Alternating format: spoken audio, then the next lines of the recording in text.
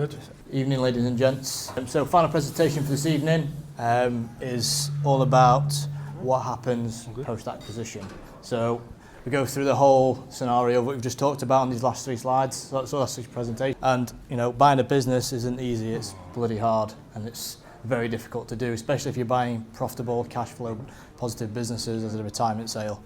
So a little bit of background about me. I am the principal of Wolfgang Capital. We effectively acquire businesses mid-market from $1 million to 10 million in revenue. Several in the portfolio, all done on leverage. So we do use creative deal structures to acquire our businesses, all cash flow positive, apart from one we recently acquired, which is a £1 down deal, which is a distressed purchase, which we did on a turnaround, which is quite an interesting thing to do. So 1 second. So deal's done, SPA signed, and you know, the day after the deal, for a lot of people, it kind of feels like the finish line. But really, it's actually just the beginning of a whole myriad of problems and issues and cash flow nightmares and things that you've kind of obstacles you've got to kind of overcome, which people hear about, but in actual practice, it takes a lot of skillful planning to kind of get through that post-acquisition phase. And a lot of people, you know, yes, it's a major milestone, and acquiring a business, you know, acquiring a business is a major milestone, but it's not the final destination, as we all know. Value creation for us, it's, you know, the most important, you know, the value isn't in the purchase, it's in what comes next, which is the post-acquisition. So, post-acquisition blind spot, shocking statistic, I think we've already alluded to this in the room earlier today, that, you know, circa McKinsey, 70% of M&A deals fail to meet their original projection, and it's not because of the terms, not because of the deal, it's post-acquisition and the issues that arise post-close. And with that, the common challenges are founder transition gaps, nervous and unclear team, legacy systems, and missing visibility and controls, which is all about the management accounts post-acquisition. For the founder transition gaps, that for me is very much a push and pull factor. So we talk about having a handoff and then having a consultancy agreement. In my experience, most business owners will last 3 to 6 months because there's a natural gap of where you want the business direction to go versus where they've had it and the direction of travel, and it can become quite fractious quite quickly. So communication is very important post-acquisition on what you're doing with the business and not offending them, if that makes sense, because ultimately they think that their business is the best thing ever, they are the best business owner, and it can hurt a lot of egos when you come in and go, actually, why do you do it this way when you could do it this way? And that then leads into a nervous and very unclear team on post-close. So who are you? Don't have a fucking clue who you are. You've just walked in, you've bought this business for a few £1 million. You know, day 2, it's all been under confidentiality agreements. Nobody knows who you are. And how we deal with that, for me, from my experience, is very clear, very directional in terms of sitting down individually with all the team and kind of saying, this is who we are, this is our intentions with the business, and this is what we're planning to do with it going forward. And also it's probably the first time you'll ever get kind of chapter and verse, if they're going to disclose actually how the business is run from an employee's perspective that are on the ground, because naturally there's that standoff where you're not allowed to see the business, you can only see the financials on, you know, an IM, for example. You've spoken to the owner, they tell you everything's amazing. You get in there, it turns out the owner's a wanker, and everyone hates him. I've been there before a few times, and you think, Jesus Christ. And that then leads into legacy systems. So the first business we acquired 5 years ago is a medical lighting installation and supplier for the NHS. Install all the surgical lighting all over the UK. And I walked in the first day, and in the corner, I've told the story a couple of times, but in the corner there was this computer. And I said to the ladies who were doing the accounts, so what's this computer for? And they were like, oh, that's the email computer. And I was like, okay, so how do you get your sales and how do you respond to queries? Oh no, that's that computer. So we sit at our desk, we do all our accounting on Xero. Oh shit, what's happened here? Dropped off. Cheers mate, thank you. And we effectively wait for emails to come in. We had a virus 7 years ago, so the owner decided that actually we'll put it in quarantine, and it's never been the same since. So, you know, dealing with legacy systems is critical day two, and implementation of technology, especially with AI, is something on the rising up as we speak. For a lot of these is missing visibility and controls. So when we go into a business, they've got some visibility, they've got some control, but it's all up here, 9 times out of 10. So the owner kind of knows what's happening. It's kind of taking that, dissecting it, and putting it into some reporting and controlling mechanisms that you understand, and more importantly, the team understands. Sorry guys, what's that? Down, Bob. Down on the clicker. No, it's not working there. Should be down. Legacy systems. Down. Yeah, down, mate, it's not. No, on here is not. It's just frozen. Cheers, thank you. Our framework that we've kind of put together over doing deals for the last 5 years is, well, we call it the Wolfgang framework. Pretty simple, but yet very effective. Number one, stabilise, standardise, and scale. So when we come into a business, the first thing we look to do is stabilise. Obviously, we're acquiring a positive cash flow in business. It's not in distress most of the time. So you're not looking to come in and, you've got to deal with a whole load of issues. But the main thing for me is locking in that cash visibility. We talk about people stealing money, bank accounts not being taken over properly on completion. That is very important day two, to make sure you lock that in terms of not only having access, but having day-to-day visibility on what's happening on movements on your account. And number two is securing supplier and customer relationships. So this is a lesson I learnt, a very hard lesson I learnt actually, around suppliers. So we acquired a business that installs windows and doors in the new build sector about 2 years ago. And what we didn't realise with doing our due diligence was our main supplier of glass, which was about 100,000 a week, obviously has credit insurance, change of ownership, pulled the credit insurance, quickly pulled our credit cover, and ended up on performer within a few weeks, which absolutely destroyed cash flow. And so we've been in a position where we understand how important it is to build and make sure you secure supplier relationships alongside your customers. So what we typically find, and what we've done in the past, is we allow the owners to kind of communicate to the customers, we've sold our business, this is who they are, do an introduction, and that follow-up is very important because they need to know who we are, what we're about, and confidence is key in this kind of thing. So, straight away we do that, and then we align the team. So the message to the team is, this is who we are, this is what we're about, this is a 90-day plan, and you really need to communicate with the team that you're buying into, because they're buying into you just as much, and building that mutual trust and respect, because it takes time. These guys that are still employees or have maybe had part shares in the business, you've come in, they don't know who you are, and effectively, you're in a position where they've only known something for so long. So 20 years have been going by, and they're in a position where they only trust what that owner says. Suddenly, you're the new owner, don't know who you are. How do you build that relationship? It's very, very difficult. But doing that is kind of, you've got to earn trust and respect. And for me, standardization, so reporting processes and roles. A lot of these businesses don't have. There we go. Apologies. Yeah, so a lot of these businesses have people doing multiple roles. Obviously, small businesses, we make sure we try and standardise and give people a clear direction on what they're accountable for. And from there, we're in a position to kind of really let the business flourish. This is working. Can you guys hear me okay? Yeah, fine. Where were we? And then reporting's key. So we're very keen on daily reports, weekly reports, what's happening within the business, and scalable systems, weekly rhythms. Implementation of technology is very, very important, as we're starting to find out. People only know what they know. And then, obviously, scaling up the business. You're buying the business as an asset. How do you scale it and build on what you've done to date? What's the growth levers, pricing, product mix, bolt-ons? You're looking at to acquire a competitor. What's next? Margin expansion. Typically, most businesses have sold a product for a period of time, haven't probably done a price review if they're not very savvy, for maybe 4 or 5 years, inflation, so you can start to implement price increases. But again, you've got to be very careful and be acute to your customer base. And again, this is a three-phase model we use across every deal, and a lot of it's from lessons learnt, tried and tested over the last 5 years. This is a case study, so we've literally acquired this business. It's a company called XL Precision in Leeds. They are an EDM precision engineering business. Turnover about $1 million. The owner had enough, switched off. Unfortunately, his wife passed away in 2019. So he's just kind of not really been interested in what's been going on in that business. Great team. I had obviously Charlie talks about not doing £1 deals. This is a £1 deal.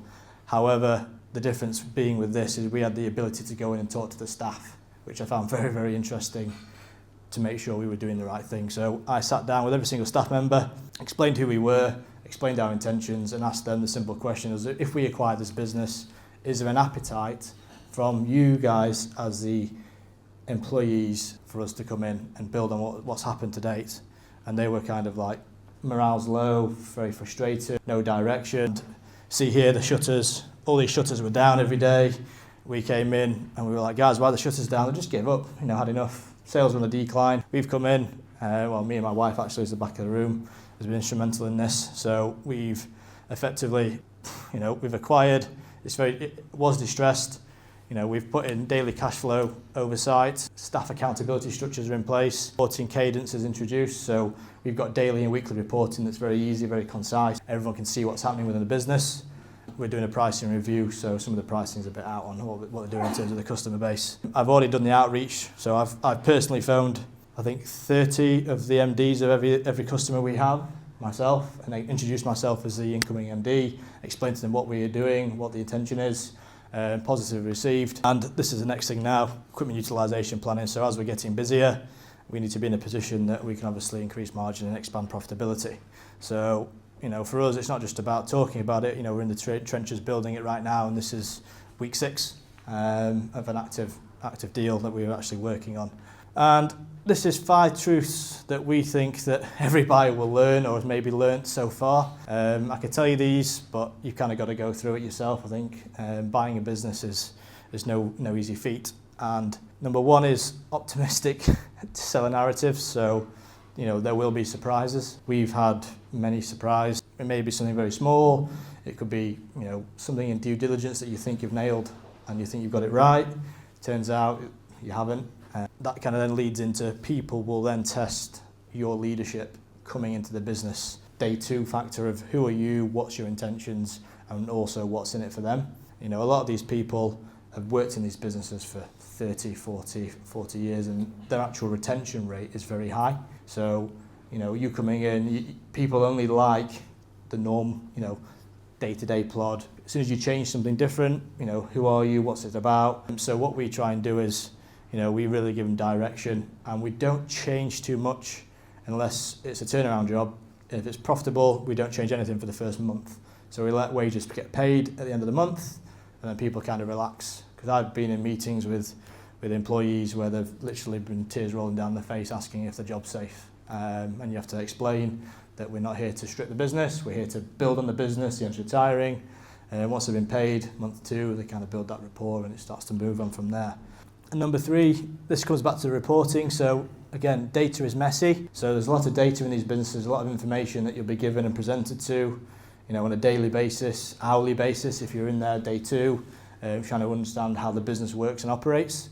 And really you need to fix that reporting fast, or you end up flying blind. And that, flying blind, I've been there before, sit at your pants, you don't know what's getting paid on Friday, you don't know who wages are on the following week, and it can really test your leadership in terms of communication. And this leads into, again, cash is oxygen. So visibility must be daily, what's in, what's out, what's due, on a day-to-day basis, weekly. And as you get that rhythm, as you get that cadence, you can start to take the reins off in terms of that. It goes from daily, goes to weekly. I check the bank accounts of every single business, every single morning, every single evening. It's just kind of in my head now, it's kind of programmed. And really, you don't have 12 months, regardless if it's a profitable business. The market, the team, investors, if you've got outside investment, expect traction in 90 days. I don't mean traction in terms of growth, I mean traction in terms of what are you doing and have you got a grip of the business you've acquired. They are, so for me, what success looks like, this is 90 days after the deal's done, weekly financial dashboards are in place, you've got a stable and motivated team. That I've had it where people have resigned the second week and you need to replace them because they're a key member of the team. So having a stable and motivated team, retained and upsold customer base. And what I mean by that, guys, is more around retained and upsold in terms of you as the incoming owner and what you're doing to kind of improve the customer experience, because a lot of these people just do the same thing. Operating processes that run without founder involvement. So this relates to the exit strategy for the exiting owner, because the runway is about 3 to 6 months. People that tell you any longer, either they're not ready to retire, you've known them for a very long time, and you've built that relationship. If you're going to a deal, you've never known them, you're acquiring the business, that headbutting will start pretty quickly. I had it on a deal where this was very simple. We walked in and I was asking the question around why they've not got a forklift driver on site, because they've got the guys running around doing all the manual movements of products, and it was actually eroding margin. And he's like, that's how I've always done it. So we then employed a forklift driver. He got very pissed off. Started asking, kind of a judgment on his own leadership, which isn't what we're here to do. It's everyone's got their own way of doing things. So very, very, so it can be a tricky tightrope to manage. And then acquisition pipeline reopened. So obviously Daniel's talked about, what's the next deal. This is important because in your first 90 days, you're going to be sucked into the day-to-day running, kind of getting a grip of your first acquisition, second acquisition, the role of whatever you're doing. You've probably got a team. I don't know what people's scenarios are, but if you haven't got this opened within the first 90 days and you've got that deal flow coming back in, I'm guessing most people in this room are looking to either acquire a business or acquire several. So like me, I'm constantly looking for stuff. I'm using deal engines at the moment. I've traditionally used corporate finance brokerages, so every business I've acquired to date has been through a corporate finance boutique, which has been interesting because you get the expertise on both sides in terms of corporate finance and deal structuring, but then we're on the other end kind of acquiring the businesses. And EBITDA, I think this kind of little graph here shows how it should be. It's never linear, it's always up and down, but really, if you're going to a business, you're looking to really improve profitability. And this for me is the difference between owning a job and kind of building and owning an asset post-deal. So and let's connect. So, a great acquisition really deserves a great integration. So, if you're in the process of acquiring, you want to talk to somebody about it who's been through the trenches several times, reach out, and really, for me, could your company scale without you is the number one question, which links into everything we're doing today. And like I say, get me on LinkedIn. My email is robert@wolfgangcapital.co.uk, and I'll open the floor to any questions. Perfect. Thank you very much, Robert. David. Really good presentation. Thank you. So one question, just a clarification. So you would buy a business to run the business yourself? No. Are you buying as a portfolio company? Or? Yes. So we acquire business as a portfolio. So every business we've acquired, we then implement an MD, an FD if it's needed. Right. Depends on the size. So I'm not here with several businesses, running several businesses by myself. That'd just not be practical and just impossible. My head will explode. So we've got a team in place that actually does the day-to-day running operationally. But I think it's very important if you're acquiring a business, especially at the 1 to 10 million range, you need to have an involvement and build that relationship with your team. That challenge, all the challenges you mentioned are multiplied the bigger the business is. Agreed. Same kind of problems. Yeah. So the other question is a conundrum. So I used to work in conglomerate. We bought and sold businesses in the past, and since then with helping businesses scale post-acquisition. So one of the things that we used to deliberate a lot was before we bought the business, do we plan what we're going to do over the next 6 to 12 months for that business? So it's a balanced question in terms of what you do, because obviously a lot of time, energy and effort, especially if you're doing it with a very small team. It's me and my wife, and we've got a few skeleton crew, so we do everything from initial inquiry all the way through to we'll even get involved drafted an SPA. I've even done warranty claims. I can do pretty much every process. I think in terms of post-acquisition, once heads of terms is signed, you've got that firm commitment from the owner that they're investing in you to acquire the business. That's when you pull the trigger and you start building your plan, because that runs alongside in synchronicity, due diligence, and SPA is how we typically run stuff. So I run my SPA, kind of getting that done on the legal side, and I have my DD running that we'll do internally, and kind of we'll dovetail both of them, plus alongside a 90-day plan. So we go bang, bang, bang, deal's completed, day 2, guys, this is who we are, this is what we're fucking doing. And everyone goes, oh shit, okay, you guys know what you're talking about, you know what you're doing, it breeds confidence. If you go in day 2 and you don't know what you're doing, then people just... There's that people alignment, that's absolutely critical. Yeah, agreed. And it's a people game. This whole thing about acquiring businesses is all about the people. So if you can't talk to people, you're not a people person.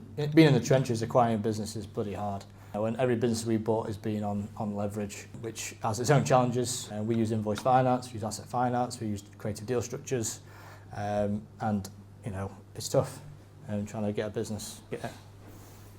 Any other questions? Mr. Van Moss? And the day-to-day operation, given the fact that it's now your business, and I'm sure you still do a lot of work to manage and maintain and scale that business. Yeah. So what would be the key differentiations on that?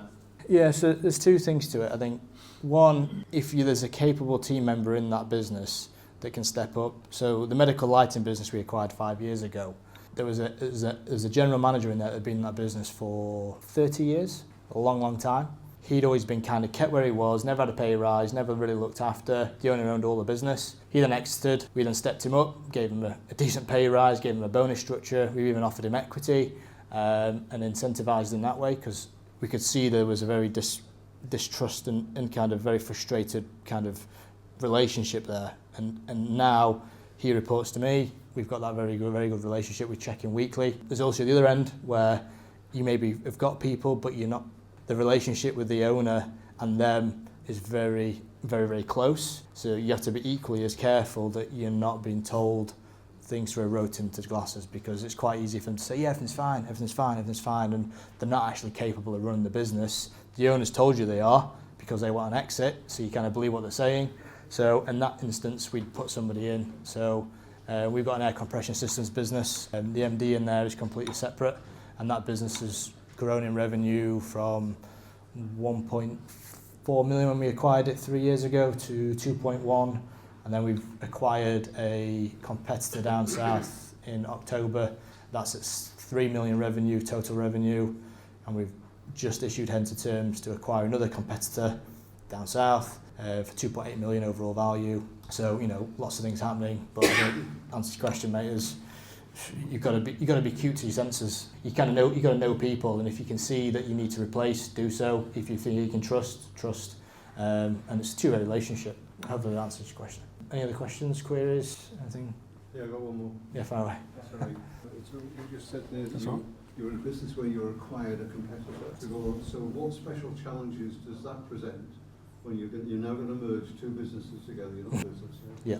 So that's presented a myriad of challenges. A lot of it's around culture and the way we do stuff within that business versus how they do stuff. We've had 2 members of staff resign because the culture isn't aligned, which we were going to replace anyway and just roll it into our existing business, so they've done me a favour. But ultimately, it presents very unique challenges in its own way. And again, it's getting down in the trenches and having an MD or a team that you can rely upon to really ask the right questions and the hard questions to understand how you can integrate, and ask the staff, what do you think we can do better?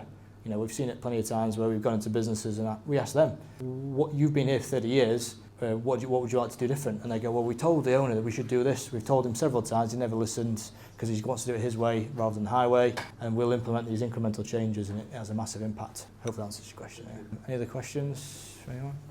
Fire away. So when you've got 2 businesses coming together, Yes. more or less equal size, Yes. both run by owner-managed vertical. Yes. So what are the characteristics that you take to decide which one of them stays on, which one of them does not stay on as managing director or whatever, control of operations? How do you decide that? So I think so in this particular instance we've done with the 2 air compression businesses, one we've had for 4 years, we've recently acquired the other one, which we know will then go into this. We've got a very capable MD within that business that we've put in place. So again, it's hard to get right because it's all about building relationships and understanding people's capabilities, wants and needs, incentivization. Lots of things go into that thought-making process. It's not like a linear yes or no answer. You've got to kind of go with, I say trust your gut a lot of the times. There's been many times I've gone, I wish I'd made that decision and I knew I was right, but I held back because I wanted to do the right thing that I thought was right, but turns out I was wrong. So it's difficult, mate. Really, really difficult to. But are there any 2 or 3 things that you'll look to tick off before you decide which one is better? So again, it's people say to me, well, this person's been working for 30 years, and so again, same business. The guy that's running that business for me has been in air compression systems businesses for 4 years now. Prior to that, he was in a completely different industry.